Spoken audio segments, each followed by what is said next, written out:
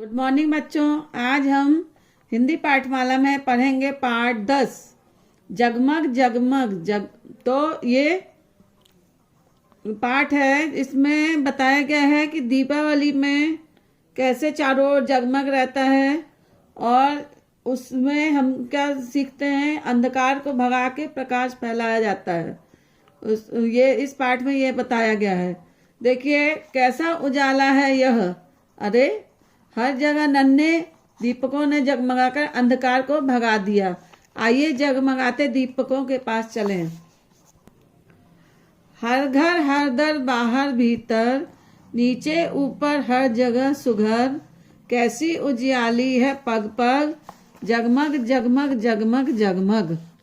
मतलब देखिए दीपावली में क्या होता है, आप लोग जानते हैं ना, दीपावली में कैसे चारों तरफ दिए जलते हैं, लाइटिंग होती है, कहीं पे झालर लगाए जाते हैं, तो सब जगह उजाला रहता है, जगमग जगमग करता है पूरा घर। और सुघर मतलब सुंदर, अच्छा घर, कितना सुंदर घर है रहता है। और नीचे ऊपर हर जगह, घर के बाहर, घर के अंदर, दरवाजे पे, सब जगह हम दीप जलाते हैं ना, तो उससे कैसा उजाला होता है, खूब उजाला होता है चारों तरफ, और जगमग जगमग लगता है पूरा घर, यानी पूरा शहर, पूरा आपका मोहल्ला, सब जगह। तो दीपावली में ऐसे लाइट और दिए बाती जलते रहते हैं तो बहुत सुंदर लगता है।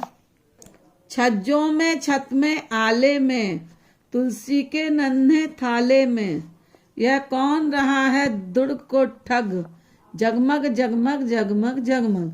अब बता रहे हैं कि कहाँ कहाँ हम दिए रखते हैं, छज्जों में, है ना, छज्जे पे रखते हैं, छत में रखते हैं दिया, आले मतलब जो रैक बने रहते ना उसमें रखते हैं, है ना, तुलसी के नन्हे, तुलसी के पौधे के पास दिए रखते हैं।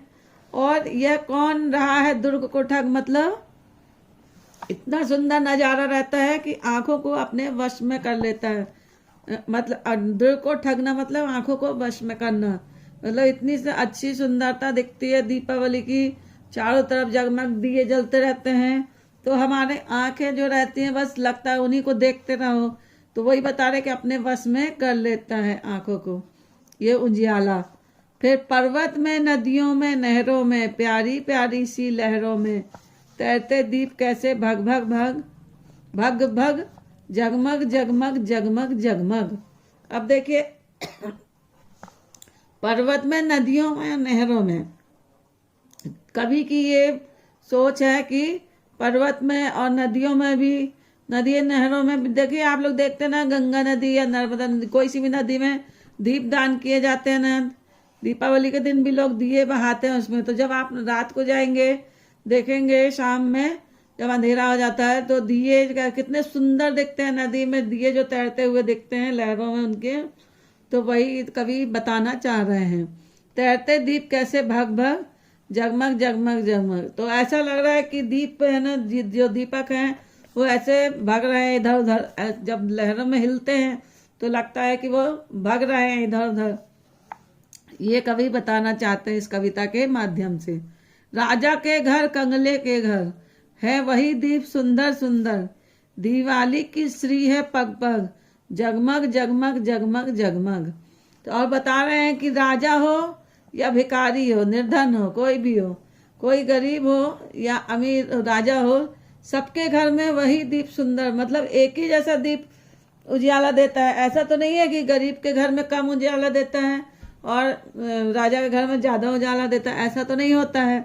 जो दीपक है कहीं भी जलाएंगे, चाहे राजा के घर में जलाएं चाहे गरीब के घर में जलाएं, वो एक ही प्रकार का उजाला देगा। कंगले मतलब गरीब के घर में, तो एक ही प्रकार का उजाला आएगा, दोनों में समान ही रोशनी मिलेगी, अलग अलग नहीं होगी। और दीपावली की शोभा चारों तरफ फैली है, दीपावली की श्री है पग पग, श्री मतलब शोभा, और चारों तरफ बिखरी हुई है और दीप सुंदर सुंदर दिख रहे हैं।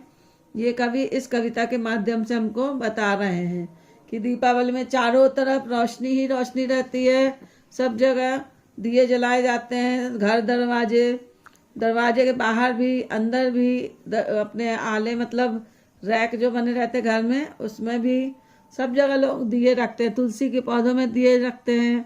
और दिए की रोशनी सबके लिए बराबर रहती है, चाहे वो भिखारी हो चाहे अमीर हो, चाहे गरीब हो, चाहे राजा हो, सबके घर में एक ही प्रकार की रोशनी दिया देता है, अलग अलग रोशनी नहीं देता। और चारों तरफ बहुत सुंदर माहौल हो जाता है, पूरे तरफ जगमगाता रहता है पूरा शहर मोहल्ला सब दीपावली के दिन। तो इस कविता के माध्यम से कवि हमको ये बताना चाहते हैं कि दीपक जो रहते हैं वो अंधकार को भगा देते हैं और प्रकाश फैलाते हैं। जिस प्रकार अंधकार किसका प्रतीक है? बुराई का, और उजाला किसका प्रतीक है? अच्छाई का। तो जो उजाला रहता है दिया का वो बुराई को भगाता है, अंधकार को भगा देता है। तो ये इस कविता के माध्यम। अब इसके ये प्रश्न उत्तर देखिए। अभ्यास कार्य में ये लिखित प्रश्न है, उजियाला कहाँ कहाँ फैला है? तो उजियाला कहाँ कहाँ फैला है? उजियाला हर घर, हर दरवाजे, बाहर भीतर चारों तरफ फैला है। दीपक कहाँ कहाँ रखे हैं? दीपक छज्जे पर, छत पर, आले पर, तुलसी के पौधों के पास रखे हैं। और कवि ने दूसरे काव्यांश में कौन सा प्रश्न पूछा है? तो कवि ने दूसरे काव्यांश में यह पूछा है कि आंखों को कौन वश में कर रहा है? दीपक कहाँ तैर रहे हैं? तो दीपक नदियों की लहरों में तैर रहे हैं। और क्या राजा और कंगले के घर दीपक कम ज्यादा रोशनी देते हैं? देखिए, जैसा कि अभी हमने कविता में आपको बताया कि दीपक जो रहते हैं दोनों के घर बराबर ही रोशनी देते हैं, चाहे वो राजा हो या गरीब हो। तो यही देखिए क्वेश्चन पूछा है कि दोनों के घर का कम ज्यादा रोशनी देते हैं दीपक? तो नहीं, राजा और कंगले के घर दीपक कम ज्यादा रोशनी नहीं देते।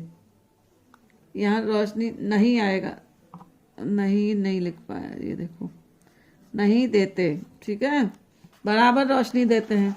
फिर आगे देखिए, प्रत्येक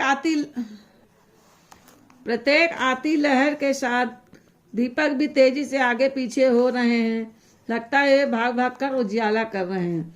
तो इससे संबंधित कविता हमको कविता में से लिखना है, पंक्ति इससे संबंधित। तो देखिए कौन सी पंक्ति? प्यारी प्यारी सी लहरों में तैरते दीप कैसे भग भग भग। ये भग भग कर मतलब जो लहर आती तो हिलते हैं दीपक, नदी में जो दीपक रहते हैं, तो ऐसा लगता है कि भाग भाग कर उजाला कर रहे हैं वो। फिर दूसरा देखिए, पग पग पर दीपावली की शोभा फैली है। तो दीपावली की दिवाली की श्री है पग पग, जगमग जगमग जगमग जगमग। ये इसकी पंक्ति है, इस पंक्ति का ये अर्थ है, मतलब इस अर्थ वाली हमको पंक्ति लिखना था, तो ये लिख दिया हमने, ठीक है। फिर आगे देखिए, कविता में से तुकांत शब्द लिखिए। तुकांत मतलब जो उच्चारण लास्ट का रहता है वो एक जैसा हो। बाहर, देखो बाहर र आया, इसमें भी भीतर, तो दोनों में बोलने में एक से उच्चारण हो रहा ना, बाहर और भीतर दोनों में आ रहे हैं। आले और थाले दोनों में ला में एक ही मात्रा ले। फिर ठग पग, घर दर, देखो लास्ट वाला शब्द तो दोनों का एक ही है। तो ये हो गए तुकांत शब्द। कविता में आप निम्नलिखित शब्दों को उल्टा करके लिखिए, देखिए नया शब्द बन गया। देखिए हर का रह, ये र इधर कर दिया, ह इधर, ऐसे ग और प गप, फिर ग और ज गज, और गम गम, और हार हार। फिर तीसरा प्रश्न देखिए, रेखा खींचकर समान अर्थ से मिलाइए। तो देखिए पर्वत का इनने मिलाया है नग से, तो नदी का सरिता, राजा का नरेश, और कंगला का गरीब भी होता है निर्धन भी होता है, श्री का शोभा।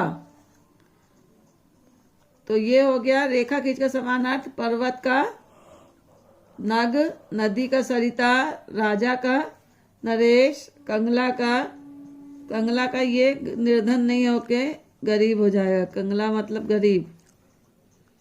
इसको मिटा देंगे हम, ये वाला निर्धन नहीं आएगा, ठीक है। इसको इसके कविता के अनुसार इसमें गरीब आएगा, इस कविता के अनुसार, ठीक है। तो ये आप लोग कर लीजिएगा। और ये देखिए रचनात्मक गतिविधियां हैं। तो इसमें ये जो पिक्चर बना हुआ है इसमें रंग भरना है। तो आप अपनी इच्छा अनुसार जो रंग भरना है आपको, और ये जगह सामान को देख के, जैसे दिए में यहाँ पे लाल रंग अपन भरेंगे, फिर इसकी जोत जाएगी येलो कलर की जाएगी, है ना। तो ऐसे करके आप देख के, ये बाल इन लोग के ब्लैक कलर के रहेंगे, चेहरा स्किन कलर का रहेगा, ये ड्रेस किसी कलर में जिसमें आपको अच्छा लगे कर दीजिए। ये झालर लगे हैं, इसके कलर भी रंग बिरंगे कर सकते हैं। तो ऐसा करके आप इसको कलर भर लीजिएगा। फिर आगे देखिए, दीपावली के मौके पे आप जो जो कार्य करते हैं उस पर रेखा खींचिए, मतलब टिक करना है। तो दीपावली में हम घर की सफाई करते हैं, तो ये सही है। दीपावली में हम लड्डू खाते हैं, सही है। ये दिए जलाते हैं, ये भी ठीक है। लेकिन रंग नहीं लगाते हैं। रंग किस में लगाते हैं? होली में। तो होली में हम रंग लगाते हैं एक दूसरे को, लेकिन दिवाली में नहीं। तो इसको हमने क्रॉस कर दिया, ठीक है। अब ये पाठ यहाँ समाप्त होता है। धन्यवाद।